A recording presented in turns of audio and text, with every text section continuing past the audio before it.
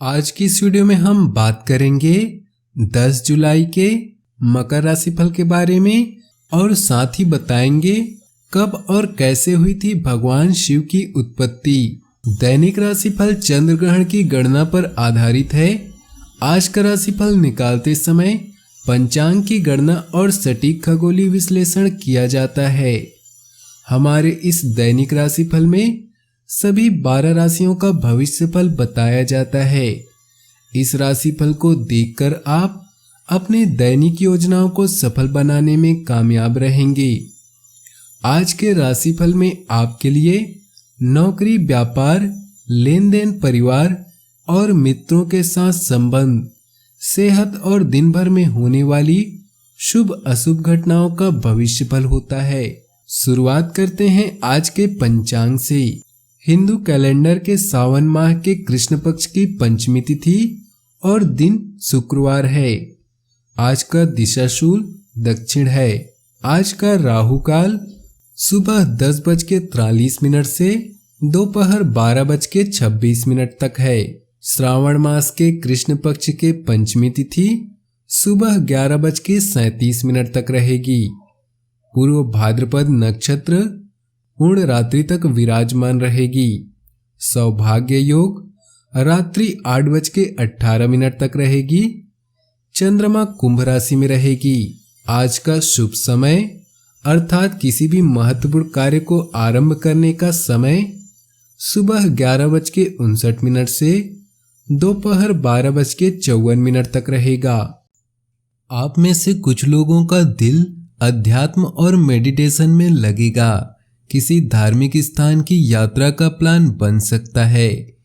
किसी बौद्धिक काम में आपको कामयाबी मिल सकती है।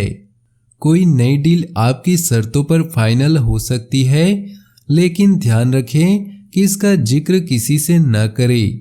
भाग्य 79% साथ है। आपके मित्रों की संख्या में वृद्धि होगी।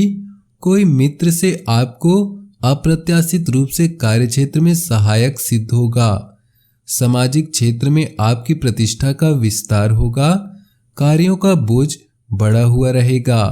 आपको अपने मनचाहे परिणाम हासिल करने के लिए अधिक मेहनत करनी पड़ेगी। अधिकारी वर्ग तथा सहयोगियों का समर्थन प्राप्त होगा। भविष्य की जटिलताओं से बचने के लिए अपने आश्रितों की अच्छी देखभाल करें। कार्य आपसे अधिक मांग कर सकता है, किंतु आपके प्रयास सब कुछ सही करेंगे। परिवार और आपके पालतू जानवर आपके लिए चिंता के कारण हो सकते हैं। अपने स्वास्थ्य के प्रति सावधान रहें। सभी अनुबंध और साझेदारी आपको एक बार फिर आकर्षित करेंगे। लाभ और प्रगति अभी आपसे दूर हैं, किंतु आने वाले समय में आप वो सब कुछ प्राप्त करने वाले हैं जिसके अभी सपने देख रहे हैं। आप उन सभी बाधाओं से छुटकारा पाएंगे जो आपके रास्ते को अवरुद्ध कर रही है, और निश्चित रूप से जीत आपकी होगी। प्यार और परिवार की बात करें तो जीवन साथी की कार्यक्षेत्र में उन्नति होगी। परिवार में जीवन साथी के साथ अच्छा समय व्यतीत होगा। यदि विवाह हेतु प्रयासरत हैं तो सुखद समाचार प्राप्त होंगे। मांगलिक कार्यक्रम की रूपरेखा बनाएंगे। पिता के पूर्ण सहयोग व आशीर्वाद प्राप्त होगा। प्रेम संबंधों में प्रगाढ़ता आएगी। अपने प्रिय के साथ समय बिताकर नई शुरुआत करें। इससे आपका संबंध मजबूत होगा। कानूनी मामले या मुकदमेबाजी आपकी प्रतिष्ठा को हानि पहुंचा सकते हैं। रोजाना के परिश्रम भरे दिन से ब्रेक लें। पालतू जानवरों या बच्चों के साथ समय बिताएं। आज सभी बाधाओं पर विजय पाने का दिन है। आप अपने प्रेम संबंध में एक नया मोड़ का अनुभव करेंगे, जिससे यह और भी खूबसूरत और उत्साहित हो जाएगा। नए रिश्तों का भी संकेत मिल रहा है। अगर किसी को चाहते हैं तो दोस्ती से शुरुआत करें और धीरे धीरे आगे बढ़ें। ऐसा प्यार पूरी उम्र आपका साथ देगा। व्यवसाय, कैरियर और आर्थिक राशिफल की बात करें तो अगर आप अपनी नौकरी या व्यवसाय से संतुष्ट नहीं हैं, तो यह समय है उसमें बदलाव करने का, जिसमें न केवल आपको धन लाभ होगा बल्कि आपका विकास भी होगा। अपने सहकर्मियों के साथ भी आपके रिश्ते सुदृढ़ होंगे। इस समय ऋण, रोग या अन्य बाधाएं भी आपका कुछ बिगाड़ नहीं पाएंगी। संबंध और साझेदारी अब आपको आकर्षित कर रहे हैं। हो सकता है कि जीवन के इस चरण में आपको वो न मिले जो आप चाहते हैं, लेकिन आपका भविष्य शानदार होगा। अपने रास्ते में आने वाली हर समस्या का सामना करें और जल्द ही आप विजेता के रूप में उभरेंगे। याद रखें, चाह और इच्छा में बहुत बड़ा अंतर है। स्वास्थ्य की बात करें तो स्वास्थ्य ठीक रहेगा, परंतु वर्तमान वातावरण की वजह से मन में कुछ नेगेटिविटी हावी रहेगी। भाग्यशाली रंग और भाग्यशाली अंक की बात करें तो आज आपके लिए भाग्यशाली रंग है बादामी और भाग्यशाली अंक है 8। जाने कब और कैसे हुई थी भगवान शिव की उत्पत्ति। वेदों में लिखा है कि जिसने जन्म लिया है उसकी मृत्यु भी अवश्य ही होगी। वेदों में ईश्वर या परमात्मा के बारे में कहा गया है कि जो अजन्मा हो, अर्थात जिसने जन्म न लिया हो। प्रकट अर्थात जो किसी के गर्भ से उत्पन्न न होकर स्वयं उत्पन्न हुआ हो, और अप्रकट का अर्थ जो स्वयं भी प्रकट न हुआ हो। निराकार जिसका कोई आकार न हो।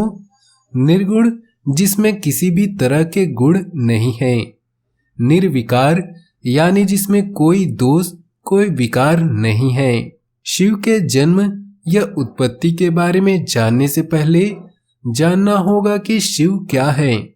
लोग यही जानते हैं कि शिव, सदाशिव और शंकर, महेश ये सभी नाम एक ही हैं। कोई भी इनमें भेद नहीं कर पाता है, लेकिन इन सब का अस्तित्व अलग अलग है।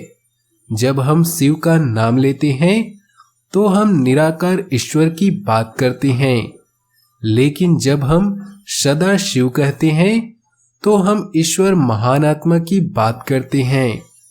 भगवान शंकर या महेश माता सती या माता पार्वती के प्राणधार अर्थात स्वामी हैं।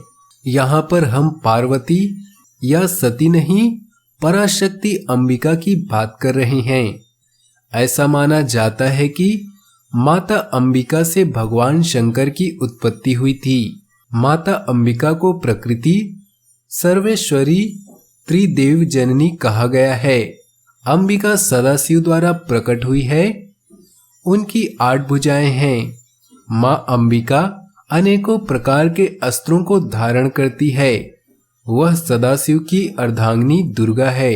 सदाशिव से दुर्गा की उत्पत्ति हुई।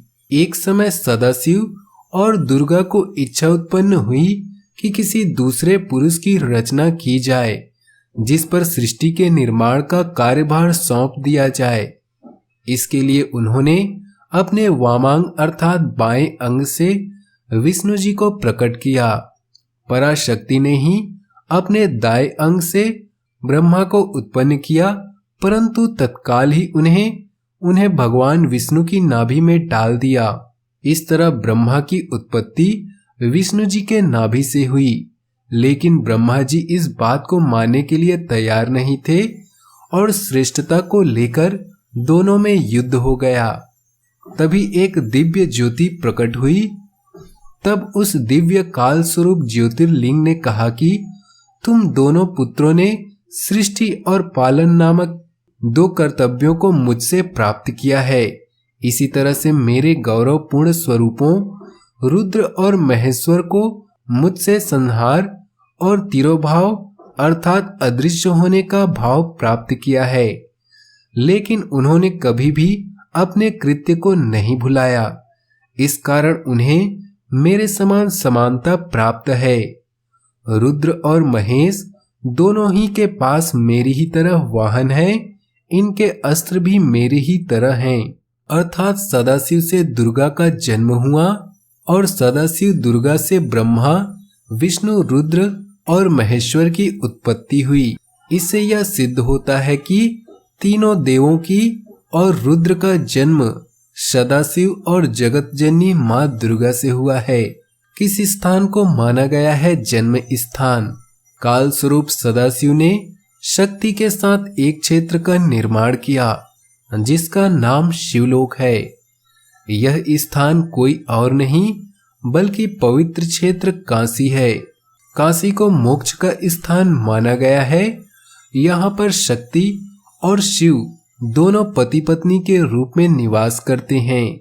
इसी स्थान पर जगत जननी माता से शंकर की उत्पत्ति हुई।